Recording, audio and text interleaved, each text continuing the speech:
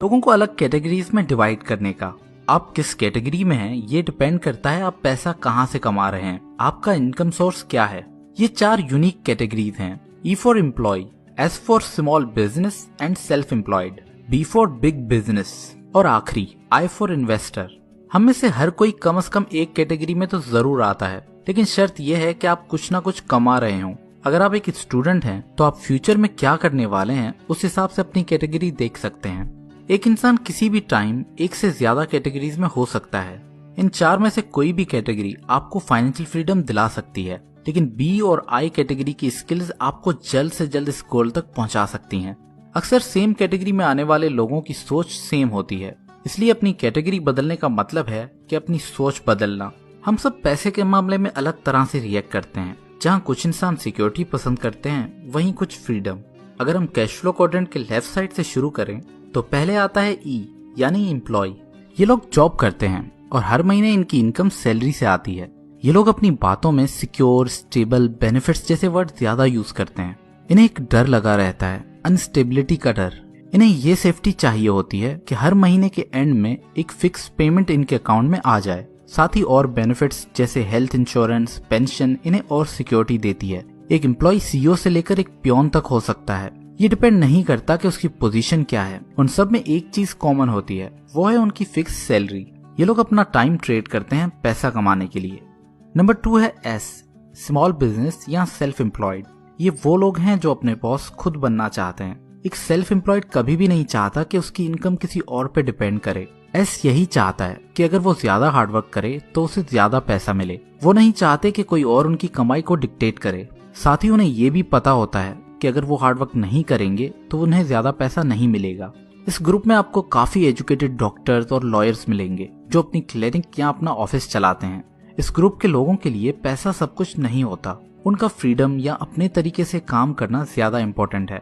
इन्हें ये लगता है कि वो ही सब काम बेस्ट कर सकते हैं, इसलिए इन्हें दूसरे लोग हायर करने में और काम को डेलीगेट करने में मुश्किल होती है। ये लोग भी अपना टाइम ट्रेड करते हैं पैसे के लिए। B for big business. ये लोग ऑपोजिट हैं S के। एक सच्चा भी अपना काम दूसरों से करवाना पसंद करता है।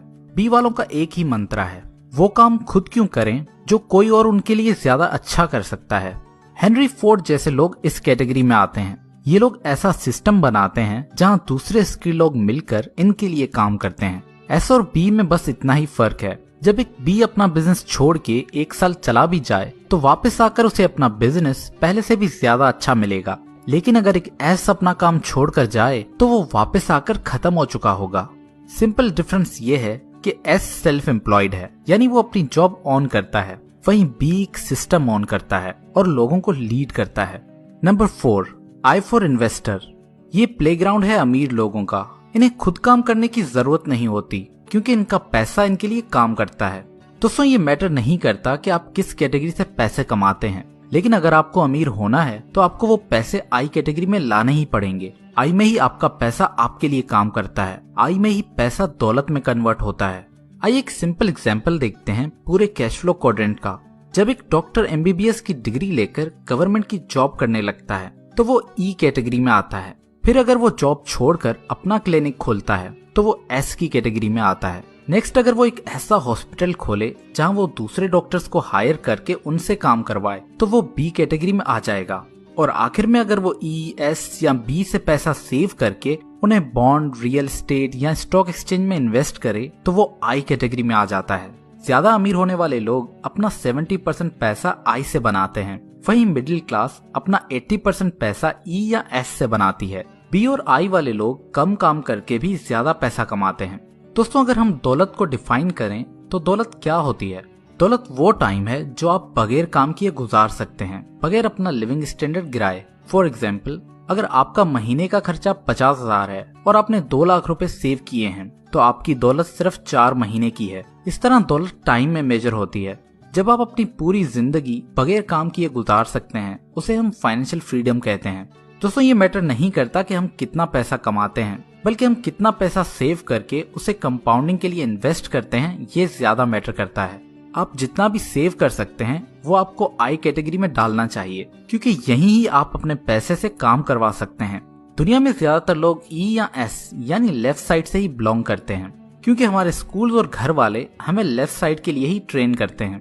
इसलिए ज्यादातर लोग डर और लैक ऑफ नॉलेज की वजह से कभी रिस्क ही नहीं लेते, फिर भले उन्हें रिटर्न में कुछ भी मिल रहा हो। रिस्क की बेसिस पे 4 अलग किस्म के लोग होते हैं। पहले रिस्क अवर्स, ये लोग रिस्क अवॉइड करते हैं, अपना पैसा बैंक या गोल्ड में ही रखते हैं। दूसरे जो फाइनेंशियल एडवाइजर यूज करते हैं, जैसे म्यूचुअल फंड्स या इंश्योरेंस। तीसरे गेम्बलर्स, जो इन्वेस्टिंग को बस चांस का गेम समझते हैं। और चौथे हैं इंटेलिजेंट इन्वेस्टर्स, जो इन्वेस्टिंग को नॉलेज और स्किल की गेम समझते हैं। आई क्वाड्रेंट पे आने के लिए आपके पास 2 रास्ते हैं। अगर आपको इन्वेस्टिंग के बारे में बिल्कुल भी नॉलेज नहीं है तो आपको एक अच्छा फंड मैनेजर ढूंढ के उसके म्यूचुअल फंड में इन्वेस्ट करना चाहिए। लेकिन अगर आपको इन्वेस्टिंग में इंटरेस्ट है तो आप वैल्यू इन्वेस्टिंग के बारे में पढ़ना और सीखना शुरू करें और साथ ही स्टॉक मार्केट में इन्वेस्ट करके उसे प्रैक्टिस करें। दोस्तों, अगर आप अभी ई या एस क्वाड्रेंट में हैं तो आपको क्या करना चाहिए? पहले तो बिना टाइम गवाए आप जितना हो सकता है उतना सेव करें और उसे आई क्वाड्रेंट में इन्वेस्ट करें। आगे का रास्ता आपकी पर्सनैलिटी पे डिपेंड करता है। अगर आपको सिक्योर फील करना पसंद है और आपको लगता है कि आप जॉब के लिए ही बने हो तो आपको वही जॉब करते रहना चाहिए और ज्यादा से ज्यादा सेव करके आई क्वाड्रेंट में इन्वेस्ट करना चाहिए।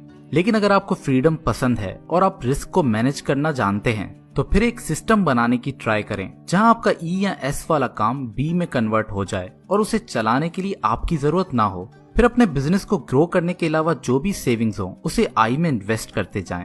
यानी आप ई या एस से मूव करके बी और आई में आ जाएं, जो आपको जल्द से जल्द अमीर बनाएगा।